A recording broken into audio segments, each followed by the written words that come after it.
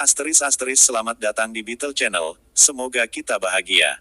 Jangan lupa subscribe, like, komen dan share agar channel ini semakin berkembang. Terima kasih.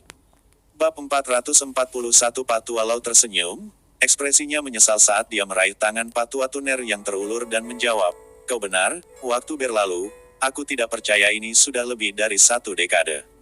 Kita berdua semakin tua dan semakin sulit bagi kita untuk bergerak. Dengan kau di ibu kota Swallow dan aku di kota Harbor, siapa yang tahu kapan kita akan bertemu lagi jika bukan karena ini."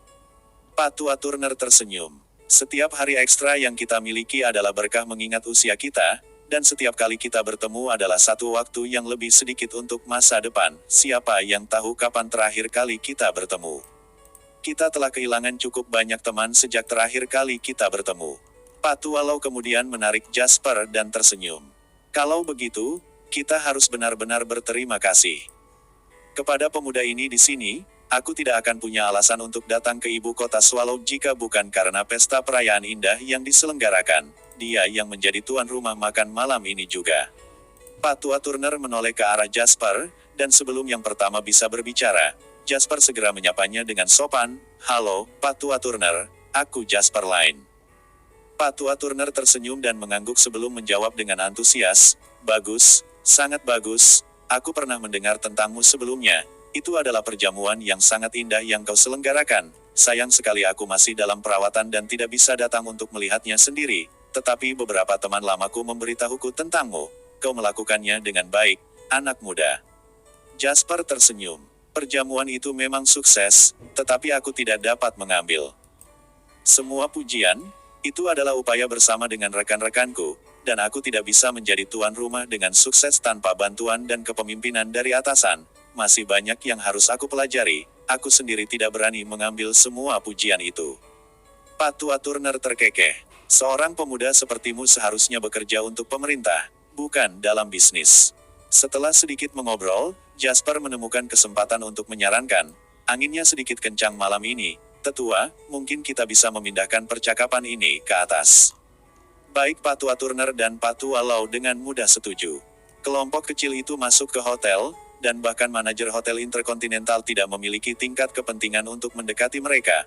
Mereka tidak punya pilihan selain menjaga jarak dari sekelompok pria kuat berjas hitam.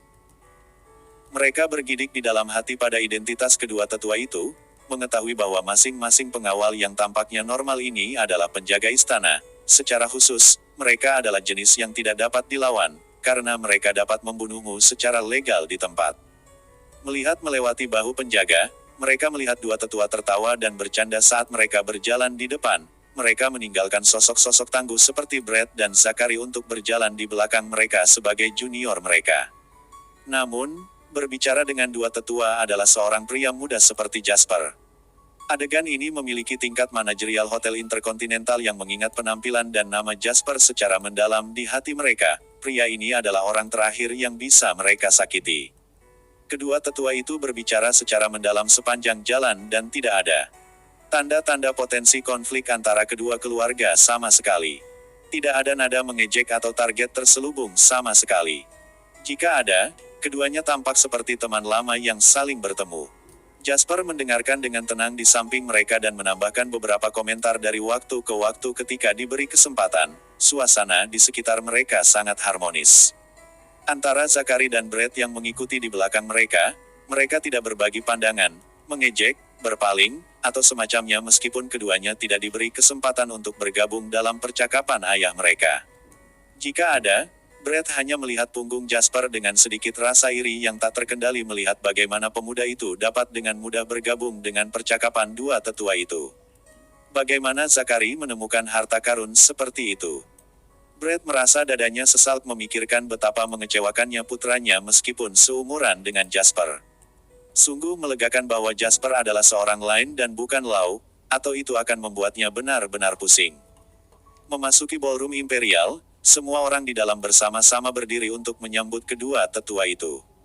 Terutama Norman dan Lan, keduanya merasa jantung mereka berdebar tak menentu ketika melihat bagaimana Jasper berdiri di samping kedua tetua itu ketika Zachary dan Brett hanya bisa mengikuti di belakang mereka. Pentingnya kedua tetua itu. Tidak ada yang menentang untuk menganggap mereka sebagai harta nasional. Jadi, apa yang telah dilakukan Jasper hingga begitu dipuja oleh kedua tetua itu? Aku melihat bahwa semua orang sudah ada di sini. Bab 442 Patua Turner tersenyum lebar dan berbicara. Beralih ke Lan, dia tiba-tiba bertanya, "Kau Lan Gardner?" Ian tidak menyangka Patua Turner memanggil namanya dan maju 2 langkah dengan terkejut sebelum menjawab dengan sopan, "Ya, Patua Turner, aku Lan Gardner." Patua Turner mengangguk. Kamar dagang Haddock telah berkembang cukup baik tahun-tahun ini.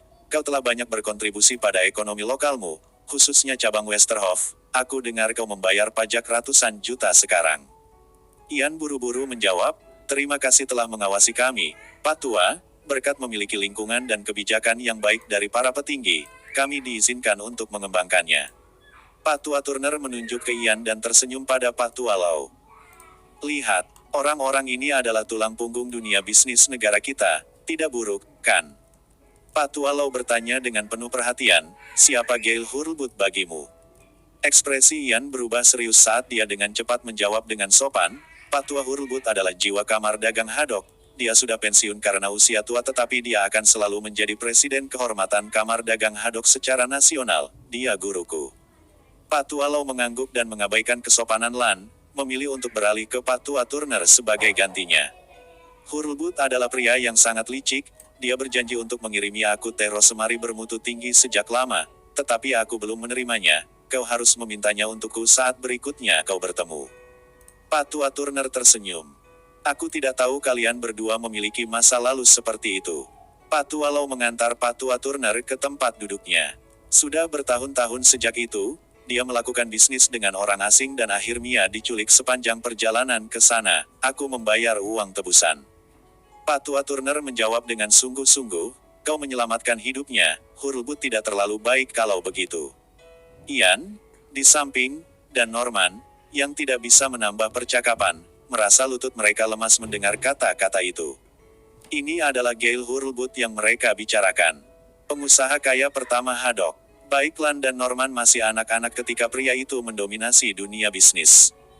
Meskipun Gail sudah pensiun, siswa pria itu ada di seluruh dunia. Lan dan Norman hanyalah 2 siswa yang biasa-biasa saja di antara yang lainnya. Setelah 2 tetua mengambil tempat duduk mereka, semua orang mulai mengambil tempat mereka sesuai dengan status dan identitas mereka. Orang-orang tidak bisa secara acak duduk seperti yang mereka inginkan pada kesempatan seperti itu. Kedua tetua itu duduk di tengah, dengan Zachary, Henry, dan Anna di sebelah kanan Patua Lau. Sementara itu, di sebelah kiri Patua Turner masing-masing adalah Brett dan Eric. Lan dan Norman pergi untuk duduk bersama keluarga Turner tanpa berpikir lagi. Ini menyisakan Jasper untuk mengambil kursi terjauh dari tetua meskipun menjadi tuan rumah. Dengan demikian, dia berada di sebelah kiri Anna dan Lisa di sebelah kanannya. Melihat rencana tempat duduk seperti itu, Lisa tiba-tiba berdiri dan berkata dengan dingin, "Aku tidak ingin duduk dengan pengemis yang bangkrut." Lisa sepertinya tidak menyadari tatapan gelap kehampaan yang diberikan Norman dan Ian padanya. Lagi pula, kecemburuan bisa membuat seseorang menjadi gila sementara kebencian membutakan semua rasionalitas. Dia menoleh ke Patua Lau dan berbicara, "Anda adalah senior yang sangat terhormat, Patua Lau, dan justru itulah yang harus aku katakan kepadamu, Anda dan keluarga Anda telah ditipu oleh Jasper. Dia pembohong." Lisa kemudian menunjuk Jasper dan berteriak, "Pria ini sementara dia menggoda dengan cucu perempuan Anda, dia juga punya pacar. Bagaimana mungkin seseorang seperti dia muncul di sini? Dia berkencan dengan 2 gadis sekaligus, dia memperlakukan keluarga Lau seperti mereka sekelompok orang bodoh. Seorang bijak seperti Anda, Patua, bagaimana Anda bisa ditipu oleh orang seperti dia?" Bab 443 Suasana perjamuan segera berubah menjadi sangat aneh. Brett dan Eric, duo ayah dan anak itu, menatap Lisa dengan tatapan rumit. Brett melirik Lisa, lalu ke Jasper, dan tiba-tiba merasakan dorongan untuk berterima kasih kepada pria itu. Jika bukan karena Jasper, pernikahan Eric dan Lisa mungkin akan menjadi kenyataan dan dia akan memiliki wanita yang ceroboh dan kurang ajar ini sebagai menantunya, itu akan merusak kedamaiannya. Syukurlah, terima kasih. Brett menghela napas lega yang tak terduga. Sementara itu, Eric memandang Lisa seperti seorang dewi. Mengabaikan kata-kata yang dia katakan di luar, Itu adalah cerita yang berbeda untuk mengklaim bahwa orang bijak seperti Patua Lau telah ditipu oleh Jasper dan di depan dua tetua juga, begitulah. Terus terang, Eric tidak cukup berani untuk melakukannya. Namun Lisa telah melakukannya dan sangat jelas juga, dia sepertinya berusaha sekuat tenaga, berharap untuk menarik Jasper bersamanya saat dia mengacaukan dirinya sendiri. Norman merasakan dorongan untuk menamparkan putrinya ini, tetapi dia tidak bisa dan tidak berani melakukannya di sini. Dalam situasi seperti itu, tidak ada yang berani berbicara sebelum Patua Lau berbicara. Hanya ada satu pengecualian. Anna. Semua orang memperhatikan ketika Anna perlahan berbalik untuk melihat Lisa dan bertanya dengan santai, "Siapa kau?" Lisa menatap Anna, berpikir bahwa dia telah menggerakkan yang lain. Dia menjawab dengan penuh semangat, "Aku Lisa Gardner, aku mengambil kelas MBA yang sama di Universitas Tebu Kota Swallow dengan Wendy. Begitulah cara aku tahu hal-hal menjijikkan macam apa yang telah dilakukan Jasper, pria bajingan ini. Kalian semua akan terus ditipu olehnya jika bukan karena aku. Aku membantu kalian mengungkapkan karakter aslinya. Pria ini hanya seorang playboy, dia sama sekali tidak pantas mendapatkan kasih sayangmu, siapa dia yang pantas mendapatkannya?" Tuduhan cepat Lisa datang begitu cepat sehingga orang akan mengira dia mengatakan semuanya dalam satu tarikan napas. Kemudian, Lisa berbalik untuk melihat Jasper, berharap melihat penghinaan dan kemarahan di wajahnya. Namun semua yang ada di fitur Jasper adalah ketenangan yang terkendali, dan mungkin sedikit ejekan yang akan terjadi ketika mereka melihat badut membodohi diri mereka sendiri. Anna berbicara, "Aku baru saja menanyakan namamu. Apa gunanya memberitahu kami semua ini?" Ekspresi gila Lisa membeku, dan dia menatap Anna dengan tidak percaya. "Apa kau tidak marah? Dia selingkuh dalam hubunganmu." "Hubungan apa?" tanya Anna. Ekspresi Lisa berubah drastis. Anna dan Jasper tidak pernah sekalipun mengaku memiliki hubungan asmara. Semua ini hanyalah perasaan dan kesimpulan Lisa sebagai wanita lain.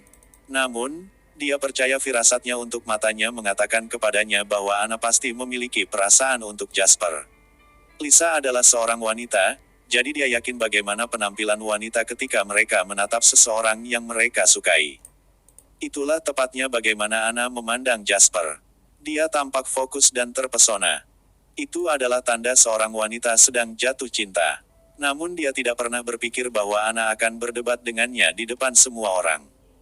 "Jasper dan aku hanya berteman baik, Wendy adalah pacarnya dan aku tahu itu sejak lama. Wendy dan aku juga berteman baik, dia gadis yang baik."